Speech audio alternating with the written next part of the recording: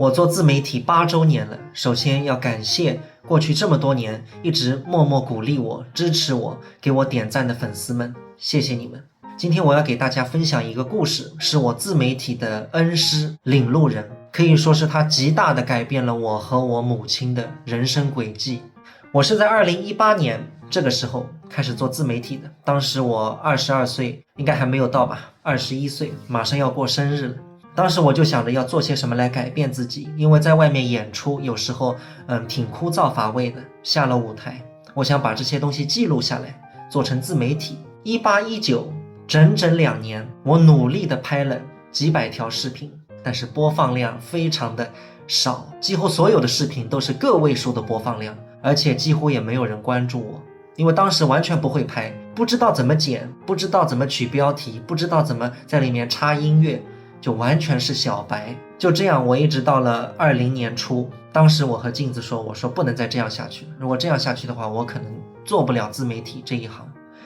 当时我就想怎么办呢？我就给全国那些大 V 啊，大概几百个吧，粉丝很多的，给他们一一私信，我就求着他们说，你们能不能在空余的时候教教我做自媒体。结果大家应该也能够猜到啊，全部石沉大海。当时我是很不能理解，其实现在想想很正常啊，那些大 V 他们那么多粉丝，那么忙，可能每天私信都有上百条，谁会来注意到我那一条私信？而且拍视频啊，全国都是共用一个流量池，不要教会了你，反而饿死了他们，是不是啊？所以没有人教我，这完全在情理之中。但是在那个几百条私信当中，有一个人回复我了，是一位女博主，是福建厦门的，我对她是印象非常的深刻，但是她的账号名和姓名我在这里不能说，因为是她的隐私，等会儿大家就能理解了。她回复的非常仔细，说小刘你应该怎么拍，应该怎么剪，反正给我回了一篇小作文吧。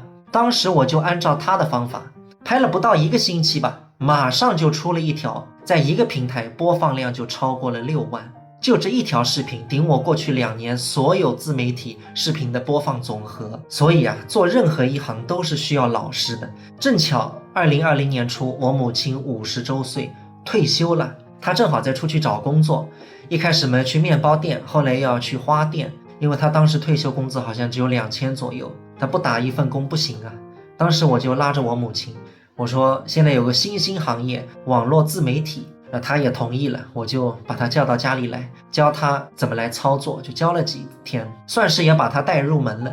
然后我和我妈就开始一起拍自媒体。中间我和厦门那位老师啊联系了很多，然后他跟我指出啊，我最大的问题就是颜值不行，就是长得不好看，在网络时代是硬伤，还说我的这个痘痘非常影响。正巧他是中医世家，他给我配了很多中药，给我从厦门寄过来，都是免费给我的，说你吃好了人变帅了，拍的视频看的人会更多。我是非常感激他的。我跟我妈还说，我说后来我们如果粉丝做的很多，自媒体这个做成功了，我们一定要去厦门去好好的感谢这位老师，那顺便去旅游一下嘛，我们也没有去过厦门。一直到了23年10月份黄金周，我觉得时机到了，因为我们自媒体做得很成熟了。当时我联系他，我说我们要去厦门，正好一起去玩一玩。但是非常奇怪啊，他几天都没有回我的消息。当时我想他是不是出差了或者在忙，结果到了第2周的时候，他回复我了，是他妈妈回复我的，就1行字，说他女儿暑假的时候生病，人已经没了。大家能够想象吗？我当时听到这个消息的时候，我整个人都是懵的。我的冰箱里